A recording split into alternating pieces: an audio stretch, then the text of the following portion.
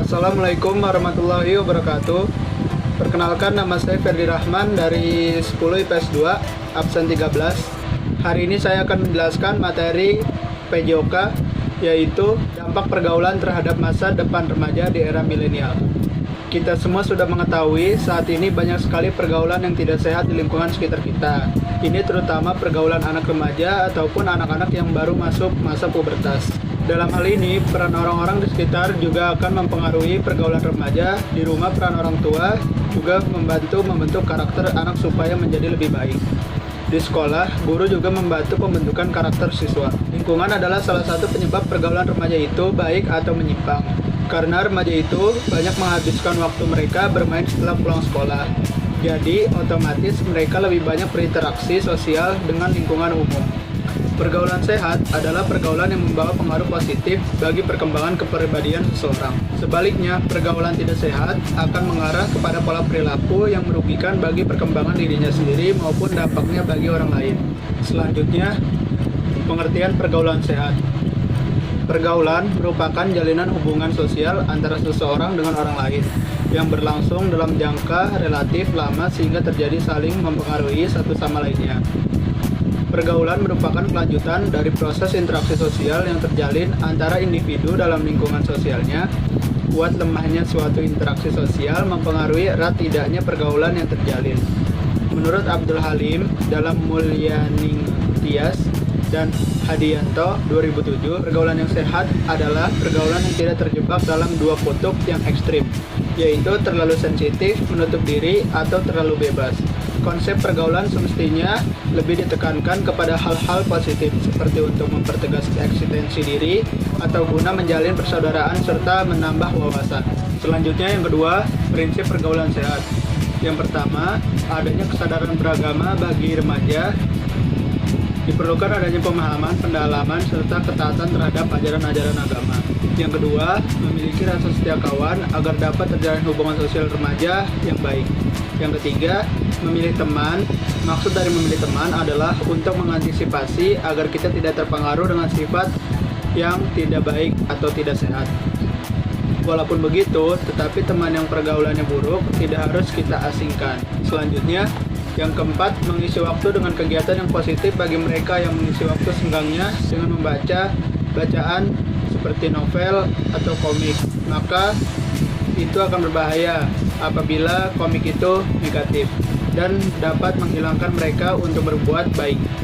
Yang kelima, antara laki-laki dan perempuan memiliki batasan-batasan tertentu agar tidak terjadi hal-hal yang tidak diinginkan.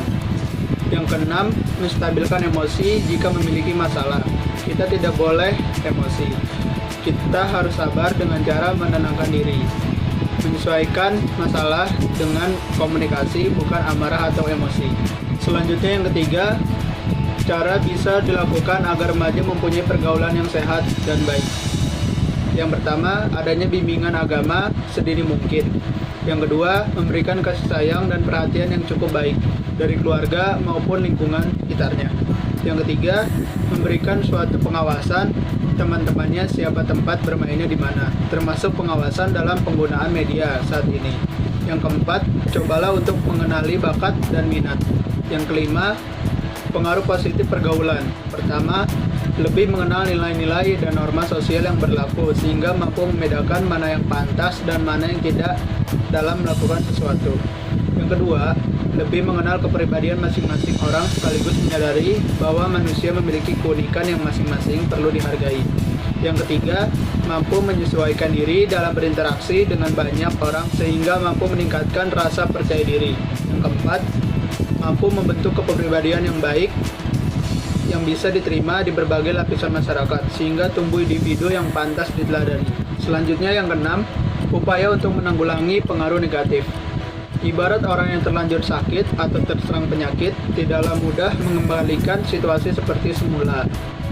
Tindakan pengobatan atau terapi yang harus menerus diperlukan untuk mengembalikan kondisi pribadi yang terlanjur menyimpang akibat pengaruh pergaulan negatif. Berikut adalah hal-hal yang dapat dilakukan untuk mengatasi pengaruh negatif yang terlanjur mencemari diri individu. Yang pertama, mengakibatkan kesadaran kepada yang bersangkutan bahwa apa yang telah ia lakukan adalah menyimpang. Jika dari yang bersangkutan belum ada kesadaran bahwa yang dilakukan selama ini keliru adalah sia-sia. Misalnya anak yang tidak menyadari bahwa merokok itu tidak baik bagi kesehatannya akan sulit untuk diarahkan agar ia menjauhi rokok. Yang kedua, memutuskan rantai yang menghubungkan antara individu dengan individu yang menyebabkan ia berperilaku menyimpang. Hal ini didapat dilakukan dengan memindahkan individu tersebut dari lingkungan pergaulannya dan membawa ke kancah pergaulan baru. Yang ketiga, melakukan pengawasan melekat sebagai kontrol secara terus-menerus agar anak terhindar dari perilaku menyimpang. Pengawasan harus dilakukan oleh orang yang disegani. Yang keempat, melakukan kegiatan konseling atau pemberian nasihat secara persuasif sehingga anak tidak merasa bahwa ia di bawah proses pembimbingan, melibatkan anak dalam kegiatan keagamaan sesuai dengan keyakinan. Terakhir, yaitu penutup atau kesimpulan. Konsep pergaulan semestinya lebih ditekankan kepada hal-hal positif, seperti untuk mempertegas eksistensi diri atau guna menjalin persaudaraan serta menambah wawasan. Dalam menciptakan pergaulan yang sehat serta baik pada remaja itu diawali dari remaja itu sendiri. Tapi remaja juga memerlukan dukungan dari orang-orang sekitarnya, mulai dari orang tua dan teman-teman. Pergaulan yang baik adalah pergaulan yang dapat membimbing remaja untuk menjadi pribadi yang sopan berguna bagi orang tua, lingkungan, dan bangsa. Pergaulan yang baik senantiasa memberi motivasi untuk remaja untuk meraih cita-citanya, sehingga tidak ada waktu untuk hal-hal yang tidak berguna bagi mereka. Karena remaja yang sudah bergaul dengan baik akan selalu mengingat tanggung jawab mereka. Saran dari saya, pergaulan sehat terdapat pada lingkungan di mana kita berteman dengan orang-orang yang baik, yang mengarah kepada positif. Untuk mendapatkan pergaulan yang sehat, hendaknya memilih dalam berteman. Sekian presentasi makalah dari saya. Apabila ada kurangnya mohon maaf. Wassalamualaikum warahmatullahi wabarakatuh.